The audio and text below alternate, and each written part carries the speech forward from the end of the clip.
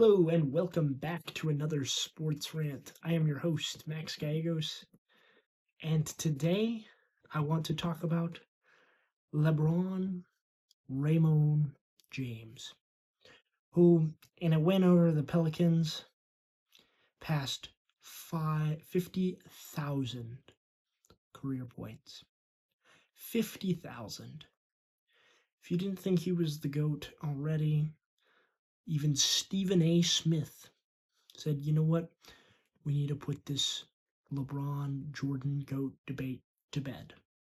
He decided he didn't give up his belief that Michael is still the GOAT, but to appreciate LeBron's greatness and what he's done over the past 20 years.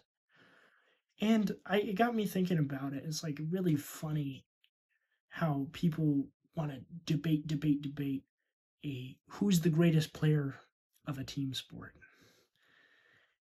And that's it, because it really doesn't quantify what happens with team sports. It's like, oh, so and so is the greatest player. Well, it's objective. It's an objective opinion because it's a team sport. You don't win an NBA championship by yourself. And that's where the debate gets weird, because it's in all reality is you will never actually have one true greatest player of all time. There's people who still argue for Kareem. There are people who will argue for Steph Curry, and I guarantee you, in as history progresses, we will have another really good NBA player that is just the best. Like that will have like an argument against LeBron or Jordan. Eventually, we'll have it in football. There might be a greater shooter than Steph Curry. Will we believe it? Will we entertain it? Probably not. But in reality, at the end of the day, it is a team game. It's not necessarily a game of individuals. There's a reason we know Usain Bolt is the greatest sprinter of all time, because the clock doesn't lie. It's an individual event. He's the greatest sprinter of all time. Greatest relay team, yeah, there's probably a debate for like the greatest relay teams or something like that. But when it comes to just being a pure sprinter, Usain Bolt is the fastest. The clock doesn't lie, and that's where I get to this with these debates. It's like, yeah, we can debate all day. I won't change your mind. I won't argue with somebody who's 30 plus years old about who's the GOAT of basketball, because 90% of the time they will be like Michael Jordan, right? And I feel like a lot of people, and it becomes a moot argument, because it's like, well, I think it's LeBron, and oh, I think it's this, and it's like, well, it's a team game. It's 5-on-5, and I think we get this notion in basketball that when you play ones with your brother in the driveway, that, oh, I'm better than my brother at basketball. Not necessarily, right? If I'm better than you at basketball 1-on-1, it does not mean I'm better than you 5-on-5. Or I play better half court 3-on-3, but you play better full court 5-on-5. That's where it matters, right? That's where we're trying to quantify it in things we understand, and we just, not enough of us play 5-on-5 basketball consistently enough to be, oh, I'm better than you. You might be better than him in the driveway, not in the basketball court. Because my brother is better than me in the driveway, not on the full court 5-on-5. I guarantee you, because he's bigger and stronger. So that's kind of like that joke with LeVar where he's like, oh, I beat Michael Jordan 1-on-1. It's not as crazy as it. I know it's crazy, but it's not as crazy as it sounds, because he's like 5 foot, not like he's too light, right? And I don't know. That's probably gonna, like, it's just insane, and we gotta like. It's so nice to see people appreciating greatness, and we need to appreciate more of the greatness that we're just witnessing. Because I feel like we get too nostalgic with basketball, and we don't want to go the same way as baseball. Is the Mountain West regular season champions, with their win over Nevada last night. They secured their They secured the Mountain West title, regular season title.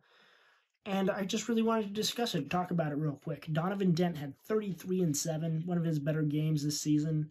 Nevada is kind of a scrappy, like, good team. I know they're only 16-14, but they're kind of fringe. And you know what? It's bad. Like, it's hustle college ball, so it looks a lot closer. They always play well. They played them close again, and so UNM going into their final game of the season, they are the Mountain West champs. I don't know how well they'll do against UNLV, but after coming off those two losses, it's really good to see. The one team I am worried about in the Mountain West um, tournament that could possibly upset them is Colorado State. Colorado State's been playing insane recently. I know the last time they played them, New Mexico utterly destroyed them, but they've been on a tear. They kicked the shit out of Utah State and San Jose State. They got to play Boise on Friday, but oof, it's gonna be a fun one. Oh boy. But I really like this New Mexico team. To stay on topic here, they're just the way Richard Pitino, they get a lot of talk about their offense, how fast and hard they play in it, but it's really predicated on how well they play defense. They score a lot out of a fast break, and they get the most steals, the most blocks in the mount. They're top 25 in blocks and steals. They play really hard defense, which initiates their offense, which gets them in transition, gets them those buckets. I love to see it. And I'm really excited. I'm a little nervous, but really excited about them. I can't wait for March, but it's gonna be exciting. I am pumped, but really nervous. Donovan Dent always been playing really good, obviously, and I think he's easily the Mountain West Player of the Year. I think he should honestly get some votes for. He obviously won't win it, but he should get some votes for the John Wooden Award, but I know he won't get it. That's going to go to Cooper Flagg or Jonai Broom. But anyway, that's really the discussion we want to talk about. But really, where they stack up well against New Mexico stacks up well against good teams. I think in the tournament right now they're seeded ninth. They're a 9 seed, and they would play Kansas. Let me double check that for you really fast, but yeah, they would. I think they would play Kansas, and that's a winnable game. Kansas is historically bad right now, so it's exciting. I'm really excited. I think they're going to make some noise in March. I don't know how well they'll do in the Mountain West tournament, though. That's going to be the kicker. Is like, are they going to win this mount? Are they going to take the Mountain West championship back to back, or if they lose in the Mountain West tournament, do they do better in March Madness? We'll see. I don't know. Breaking NFL news: Joe Thuney of the Kansas City Chiefs was traded to the Chicago Bears. I think this is pretty fantastic for the Chicago Bears because they needed some offensive line to protect Caleb Williams. I think just adding a good O lineman is the right move, and I think it's probably the right move for the Chiefs in the long run. Joe Thuney is a little bit older, but not insanely old. But I mean, I'm gonna double check, see what the actual trade, what they actually traded him for.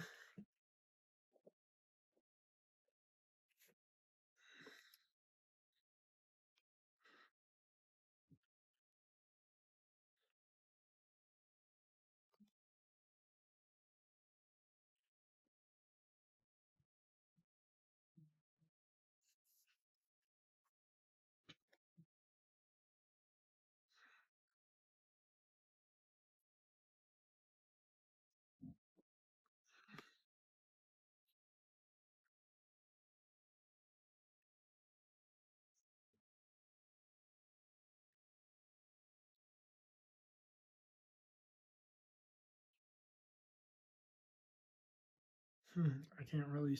Ooh, there we go. There we go. So they said they traded him for a future 4th-round pick. That's all. That's according to Ian Rappaport. That's not insanely helpful there. There's a little bit more, but 2 trades in free agency. I guess they just it's a bit younger. I guess they do need to pay somebody. Um, but I mean that's good for he's a good veteran presence. He'll be good for the Chicago Bears. But I mean the Chiefs have to pay everybody, right? Because Travis Kelce said he's coming back. He's old and expensive. Patrick Mahomes is not getting cheaper. And I'm sure, I know Rashid Rice got injured, but he's probably going to want some money. So is, in a couple years, so is Xavier Worthy. These guys are being like, it's my cut, dude. Fuck my cut. So we're doing all the heavy lifting. Where the fuck is our money? That's what Joe Tooney wanted, and they're like, okay, bye. Chris Jones. Where's my cut? They have expensive old pieces. And I don't know how good the Chiefs will be next year. To be completely honest, they could be back in the Super Bowl, or they could miss the playoffs. There's a very real possibility that they could probably miss the playoffs. And you think about it, it's like, yep, like the Raiders are going to be better. They're not going to be insane, but they're going to be better with Pete Carroll. The Chargers are definitely going to be better. The Broncos are definitely going to be better. Like, this was the time to stack up the trophies, because unlike the Patriots dynasty, your division is not ass. Your division is getting a lot better, and you gotta button up and start winning. But I know heavy is the head that wears the crown. So I want to give you guys a preview for my Cimarron boys they are now slated as the number 6 seed, and they will be playing the number 11 seed Alamo Navajo Cougars in the state championship. So I've been just doing a little bit of research, seeing what entails, what happens. Alamo Navajo is pretty good, but their strength of schedule is just not on nearly the same level that Cimarron played. With the same record, they just did not play the same level of opponents, and the opponents they lost to were not nearly as good as what Cimarron has defeated. So we will see on any given day. Any team can beat another, as my dad says. So, but in all reality, I think this is probably going to be a pretty big win. I think I would take Cima in this one for sure. Similar record, similar team, similar size team. I just think Uriah is just much better. Like, you go with the better player, the better team. I don't watch a whole lot of high school ball, and I'm a little biased because that's my alma mater. That's my people. That's my homies. So we'll just look forward.